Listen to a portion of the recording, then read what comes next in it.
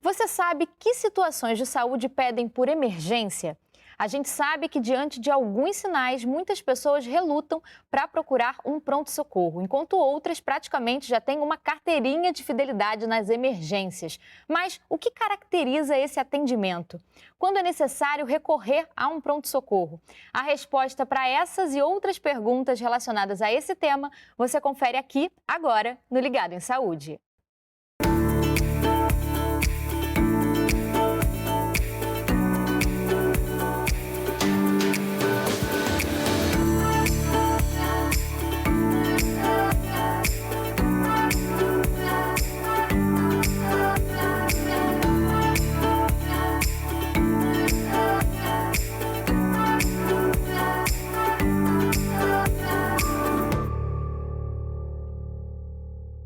E quem conversa comigo hoje aqui no estúdio é o Bruno Guimarães, diretor do Hospital Municipal Lourenço Jorge. Bruno, seja muito bem-vindo ao Ligado Saúde. Muito obrigada pela sua presença aqui hoje com a gente. Boa tarde, eu que agradeço pela oportunidade.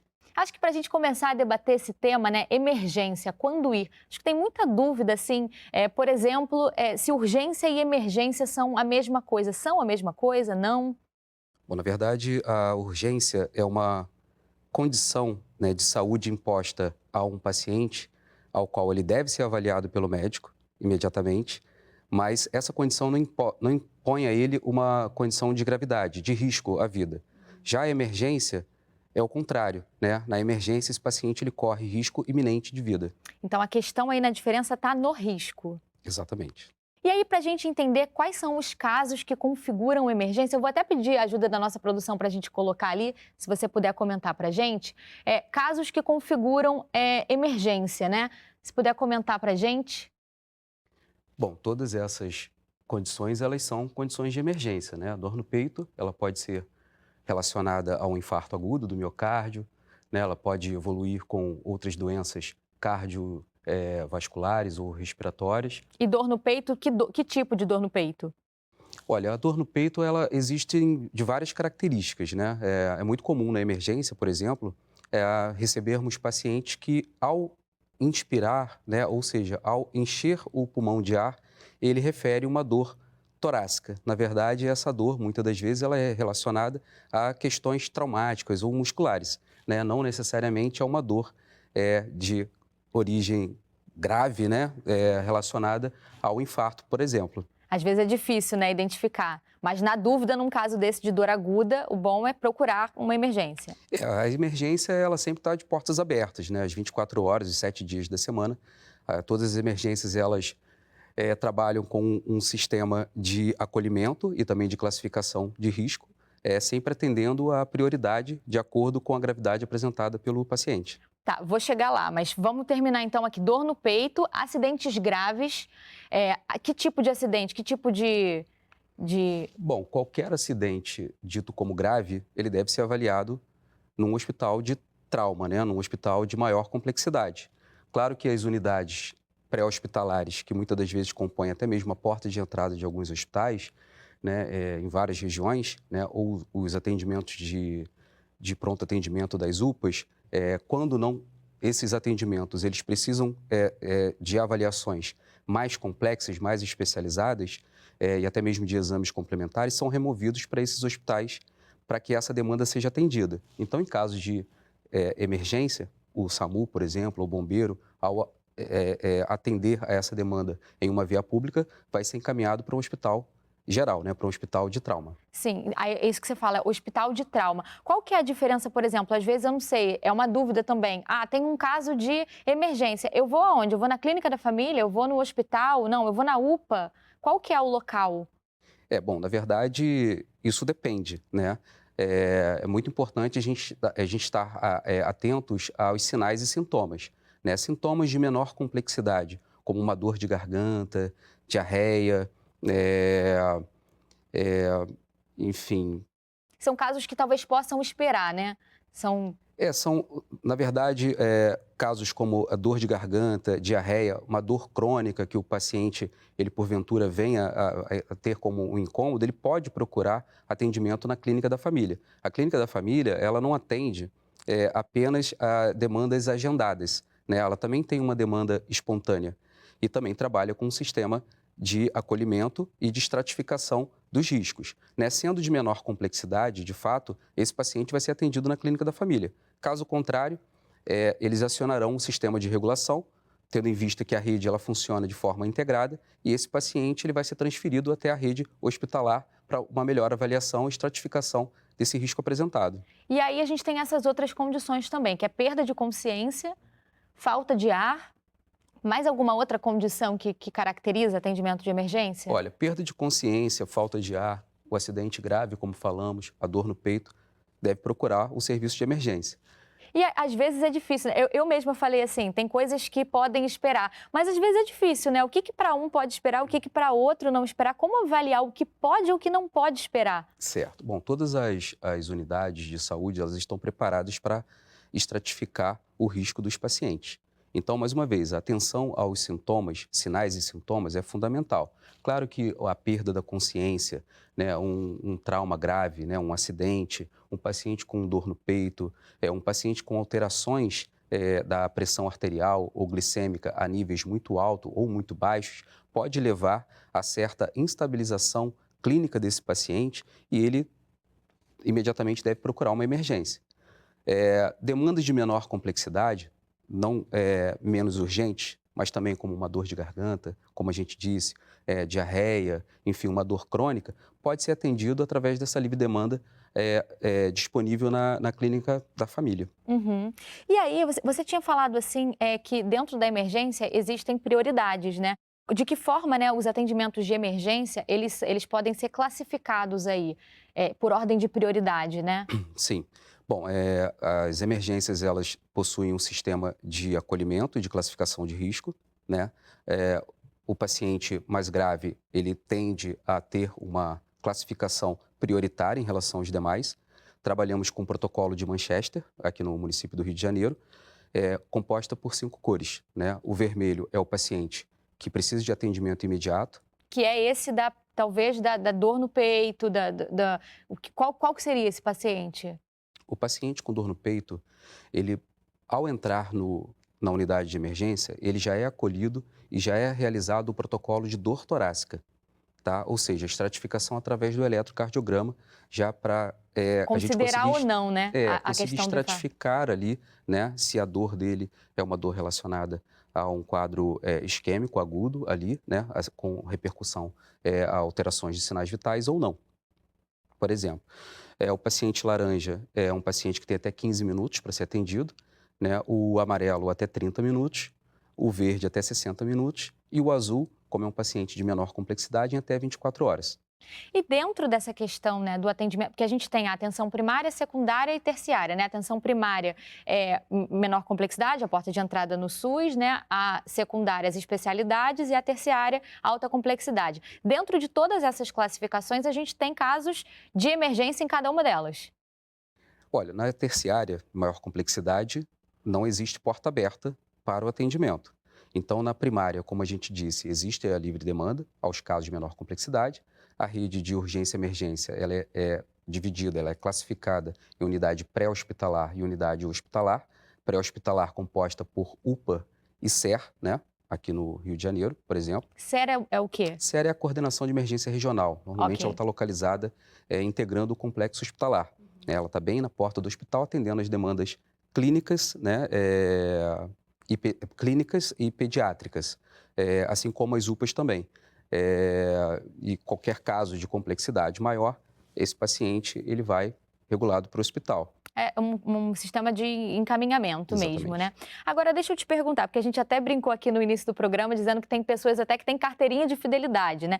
Existe algum problema, por exemplo, numa pessoa procurar uma emergência, mesmo que aquele caso não seja um caso de emergência? É pior para o sistema que ela procure ou não? Como que é isso?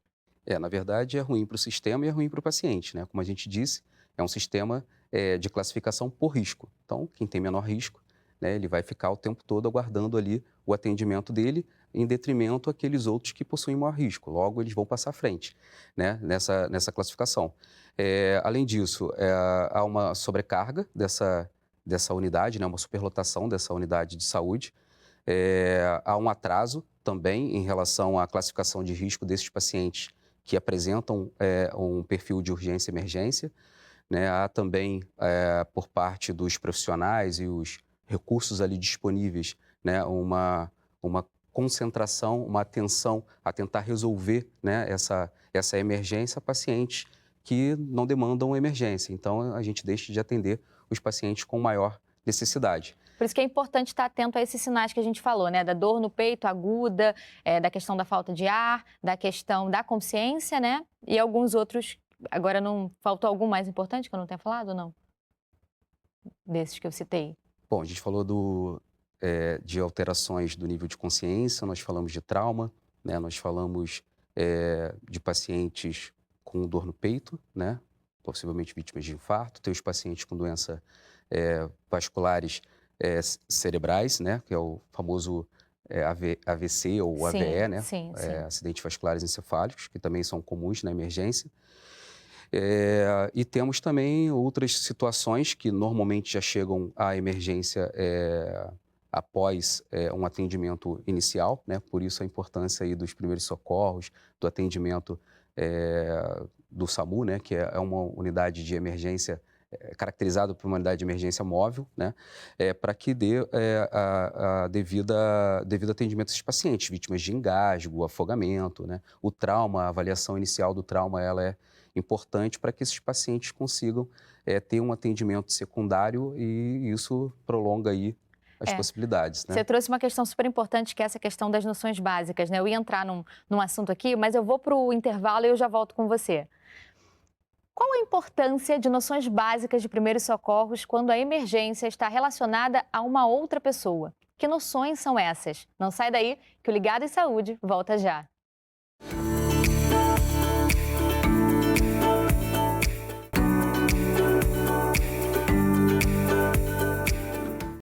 Estamos de volta! Hoje entendendo melhor sobre as necessidades de saúde que requerem atendimento de emergência. E quem conversa comigo é o Bruno Guimarães, diretor do Hospital Municipal Lourenço Jorge.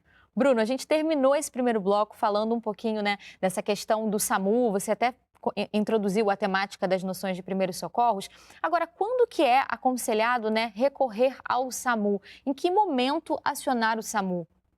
Bom, em qualquer condição onde esse indivíduo possa estar correndo risco iminente de vida, bem como um sofrimento também intenso.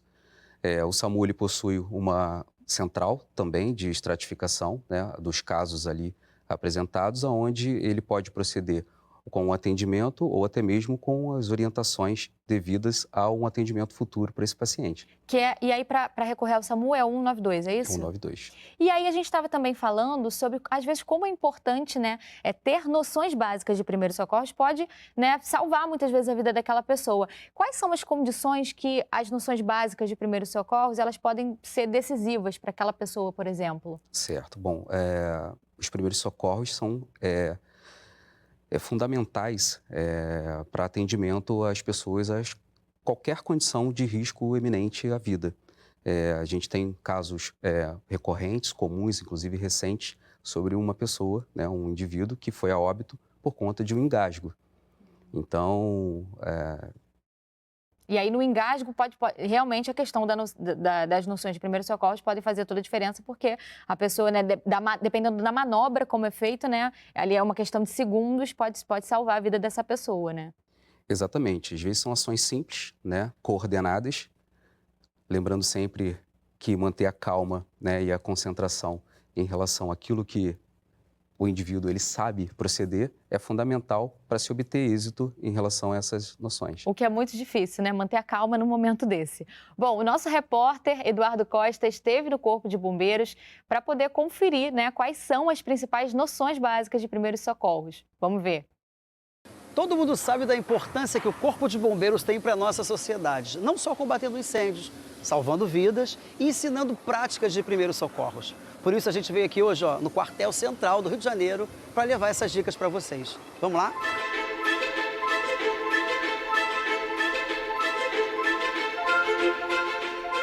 Eu estou aqui com o Major Fábio e o Subtenente Henriques, que vai falar da primeira prática, né? A mais comum. Bem, as emergências cardíacas são as que mais matam no mundo.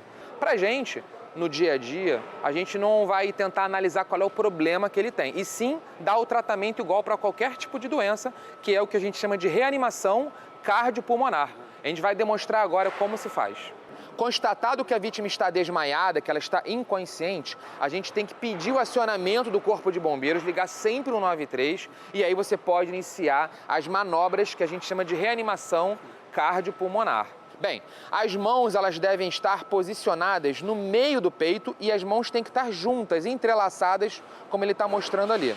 Colocada a parte de trás da mão, no calcanhar da mão, no meio do peito, ele vai iniciar o quanto antes as manobras, que alguns conhecem como massagem cardíaca. Percebe que a mão ela tem que fazer força realmente.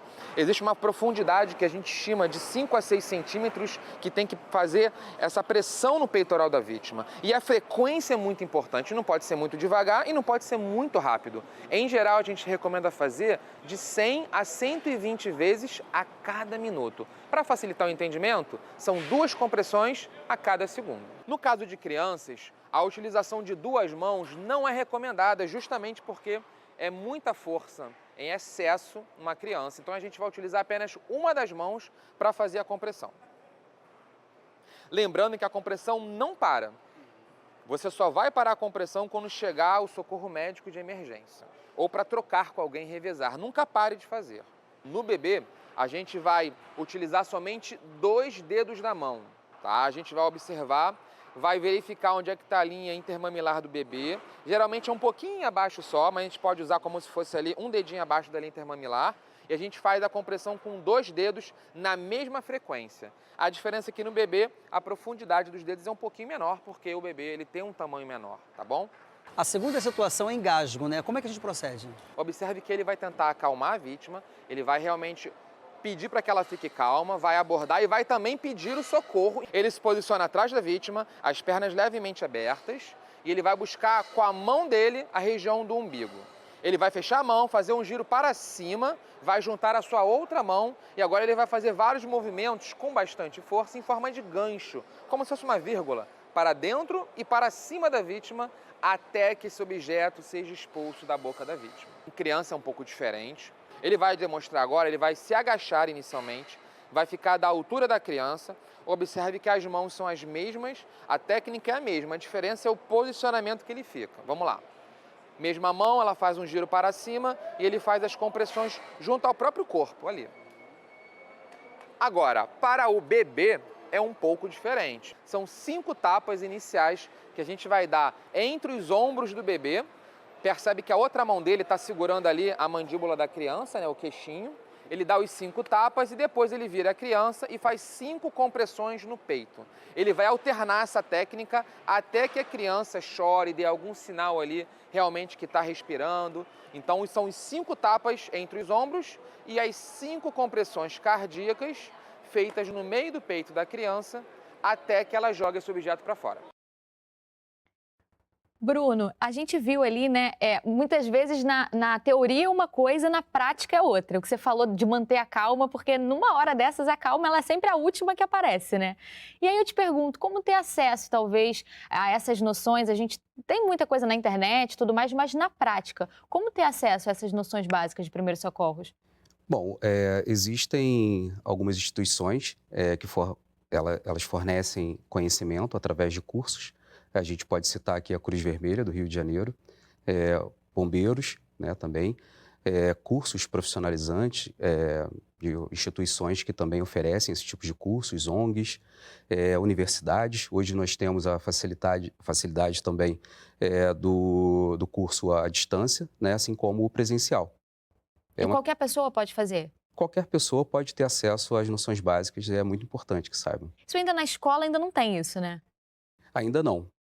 Ainda não tem difundido. Eu acho que, principalmente, a fundamentalidade de importância disso, enfim, é mensurável, né? É vida. Exato. E agora sim, eu também parei para pensar, né? Na escola, a gente está lidando, não necessariamente, mas a gente tem os alunos menores e os maiores. Mas num caso, assim, de uma criança, não precisa ser um bebê, mas de uma criança que vê uma situação com um pai ou com uma mãe, essa criança talvez teria condições de fazer essa massagem? Olha, isso depende da idade, né? Justamente a questão, eu acho que é o ponto fundamental, em que momento na escola talvez introduzir esse tipo de informação, de ensino. As crianças menores, elas não terão força, né? E talvez nem conhecimento um pouco mais avançado em relação até às questões básicas para promover essa manobra, né? Agora sim, é interessante que a gente viu alguns casos aqui que o Eduardo Costa, ele sinalizou, só que fora esses casos ainda existem outros. Eu vou chamar a segunda parte dessa matéria, pode rodar.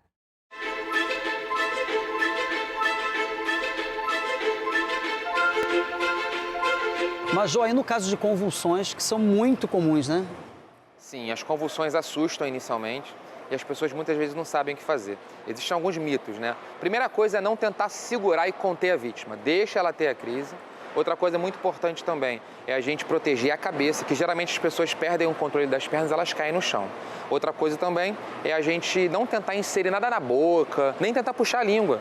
O movimento é normal, deixa ela ter a crise. Essa vítima, por exemplo, está tendo uma crise nesse momento. A gente consegue observar que o socorrista ele protege a cabeça, a vítima ela continua com a crise por algum tempo, logo depois essa crise vai passar, a vítima vai ficar mais relaxada e aí nesse momento que a gente vai buscar tirar a vítima dessa posição, porque essa posição é muito perigosa. Agora o Henrique ele vai lateralizar a vítima, vai colocar na posição de segurança para que ela possa aguardar o socorro e a chegada da ambulância com segurança. Observe que ele coloca a mão por debaixo da perna, o joelho oposto ele vai dobrar, vai segurar com uma das mãos e com a outra mão ele vai segurar o braço da vítima. Ele coloca junto ali ao ouvido e vai fazer um giro. Quando ele faz esse giro, a vítima vai ficar apoiada por um dos joelhos e por um dos cotovelos. Ele pode ficar ali o tempo que for, aguardando a chegada do socorro. Essa é uma posição de segurança. E no caso de ferimentos com sangramento, o que a gente faz? Os sangramentos, né, que são as hemorragias, podem causar a morte a curto, a médio ou a longo prazo. Por isso que é muito importante a gente conter rapidamente. Existe uma técnica, que é a compressão direta, a gente está demonstrando aqui, que rapidamente o bombeiro ele pega ali, o socorrista em geral, ele pode pegar ali uma gaze limpa ou um próprio pano, se não tiver em casa, um pano limpo, e colocar em cima da ferida com uma leve pressão. Ele está pressionando com a mão o ferimento. Muito importante a gente lembrar que caso ali a gaze fique cheia de sangue, que você não retire a gaze e bote outra nova, porque você vai estar destruindo os coágulos. Coloque gaze sobre a antiga gaze até que o sangramento pare ou cesse. E o outro assunto importantíssimo é queimadura, né? Afinal, a gente está aqui no Corpo de Bombeiros, como não falar? Como é que a gente age? As queimaduras podem ser muito graves. Em geral, a primeira coisa que a gente tem que saber com a queimadura é que não deve colocar pó de café, manteiga, pasta de dente. Isso é mito, isso não funciona. Outra coisa muito importante, não tentar estourar as bolhas, porque você vai aumentar a infecção. Basicamente, se você presenciou a queimadura, se você viu a queimadura acontecer, você tem que resfriar o mais rápido possível. Como é que a gente vai resfriar? Colocar a mão que queimou, por exemplo, debaixo de uma torneira com uma água de temperatura ambiente. Nunca colocar gelo ou água gelada, isso vai piorar a situação da queimadura. Se é uma queimadura muito extensa, que exija realmente o transporte da vítima para um hospital de referência, é importante a gente colocar um pano ou uma gaze em cima da queimadura. Isso vai ajudar a diminuir um pouco a dor e também impedir as infecções até que ela seja levada para um pronto-socorro. Major, muitíssimo obrigado por tanto conhecimento. Eu que agradeço. Conte sempre com a gente, com o Corpo de Bombeiros. Legal que esclarece para a gente uma série de questões, né? Essa questão da gaze, por exemplo, eu acho que eu tiraria logo, ele fala, senão você traz junto o coágulo, né? Agora, sim, todas essas situações são situações em que uma pessoa que está assistindo uma situação de emergência, ela pode interceder. Agora, quando não se deve interceder, que situações são essas em que a gente é melhor que não se toque em quem está em situação de emergência? Cabe destacar a avaliação da cena como o primeiro ato ali do socorrista. Você imagina, o paciente ele começa a convulsionar atravessando a rua, uma via expressa, né? E ali há um oferecimento de risco ao socorrista e à vítima naquele momento, porque é um trânsito de carros, né? Bem no momento ali da faixa do pedestre, assim que o sinal abriu. Então, avaliar a cena, ela é importante, não só nessa condição de via pública, mas você imagina um local que possa oferecer o risco de desabamento, de explosão, né? Onde tenha a vítima uma queimadura, por exemplo, por um choque, né? Uma queimadura realizada por uma corrente elétrica muito forte. É muito importante a noção desse pronto atendimento, né, básico, do socorrista ir até o local onde tem essa chave geral, desligar, tentar sempre que possível afastar essa vítima desse fio desencapado, né, para que não ofereça ali risco durante esse atendimento.